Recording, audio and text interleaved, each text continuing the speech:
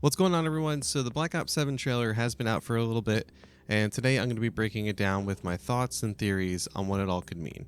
So starting off with the Guild. Exactly who or what is the Guild? Now, if you didn't play Black Ops 6 campaign, the Guild is basically a criminal organization based in Avalon, fictionally located in the Mediterranean coast.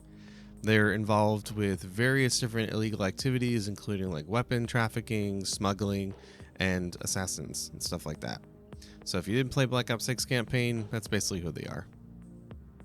Now, as we're going through the facility and everything, and you're seeing the images of the Guild and stuff like that, and you got that robot talking, you eventually see this butterfly that is shown, and this can reference to something what is known as the butterfly effect, which essentially any small action can have a very large, unpredictable consequence.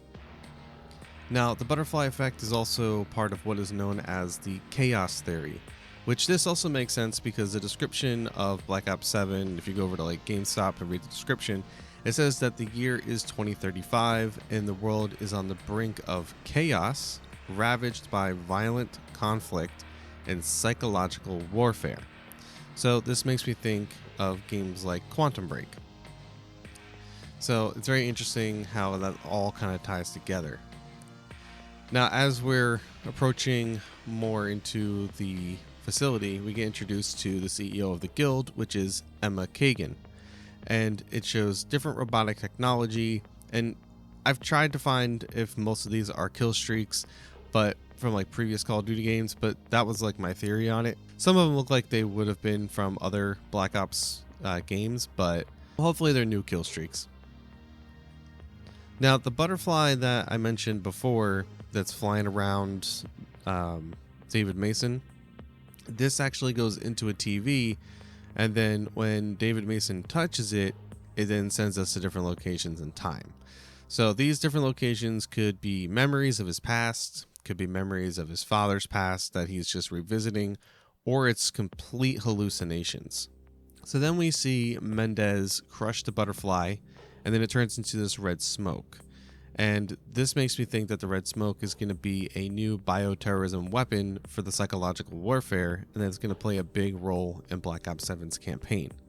Now, this brings me to another theory about Mendez. Mendez is either alive, just working more so in the shadows, or he's a hallucination as well, but seems real to Mason because of the substance that is running through his system. We then transition through different areas, which could be more hallucinations, could be different game modes, because you get this giant machete just flying through the sky, hitting the ground. So I'm not really sure what to make of that, other than it being some type of weird game mode or some type of event. I don't know. This one really has me puzzled, but the jail cell makes me think of zombies. So maybe that's just like a little hint as to something that we might be going back to with zombies, like Alcatraz or something like that. I'm not sure, but there's really not much really to go off of these small little sections here. We then get a look at what could be a new Warzone map or the return of Blackout. Personally, I enjoyed Blackout. I'm not a huge BR person, but I enjoyed Blackout a little bit more than I do Warzone. But this does look like the map for Avalon, which was scrapped in Black Ops 6, so hopefully we'll get it in Black Ops 7, but we'll just have to wait and see.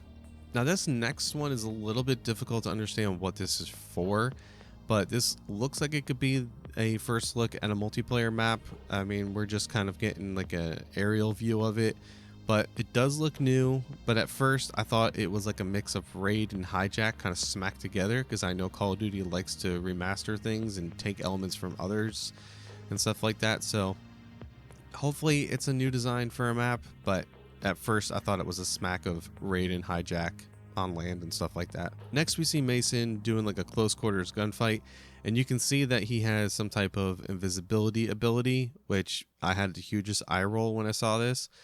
But I'm wondering if this is going to be more of like a field upgrade kind of thing, or are we going back to specialists? I really hope we're not going back to specialists. I'm okay with it being a field upgrade.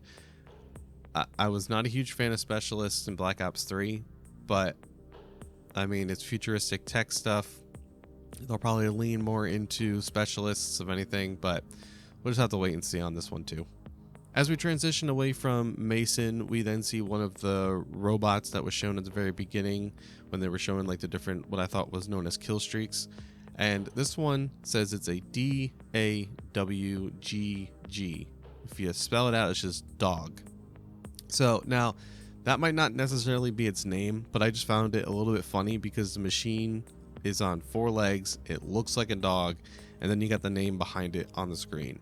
So maybe it is a dog. Don't know.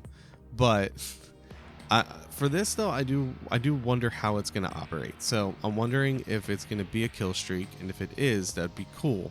But I wonder if it's going to be where you can manually control it, like we have seen in the past for some kill streaks. And then does it have more of like a follow me / guard mode? That would actually be kind of interesting too. Because if it is like a dog, you can have a dog follow you. You can have a guard dog type stuff. So I think that would be kind of fun to play around with that as an ability. And yeah, just playing around with it a little bit. But I think that'd be kind of fun. And then we get a quick few seconds of zombies, which to me looks like it's either a remake of Transit from Black Ops 2, or we're taking features from it. They do seem to be on a farm if you slow it down just enough. But the reflections that are coming off of the zombies shows that they are very, very wet. And I'm wondering if these zombies are now able to come out of water. Now, I'm not a huge zombie person, so I'm not sure if it's ever happened in the past. But from the zombies that I've played, I've never seen any zombies come out of water. Now, when I did look up Black Ops 7's description and everything on GameStop, it does read saying descend into the next twisted chapter of round-based zombies in the heart of the dark ether. So hopefully we get some more information on that shortly. And then I'm going to end it with my own personal theory here, my final theory. I feel like this entire trailer is just one giant hallucination. Because you got the butterfly for butterfly effect. You got transporting through space and time, different locations, and then meeting his biggest fear, which is Mendez. And Mendez even says fear is a powerful thing. So in my opinion, early in the campaign, David Mason is going to get captured by the guild and then put through some or maybe the same tortures that his dad was put through, injected with this red dust or maybe like a red serum, which then sends him into this psychological ride of emotions and revisiting his past events, and just to see how far the human mind and body can go before it breaks into pure madness. Now, as I mentioned before, it describes Black Ops 7 as the world is on the brink of chaos, ravaged by violent conflict and psychological warfare. It also mentions embrace the madness.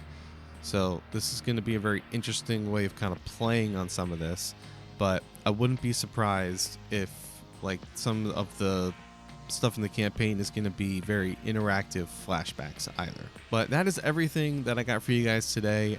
If you enjoy videos like this, be sure to hit that like button and subscribe for more Call of Duty and first-person shooter games.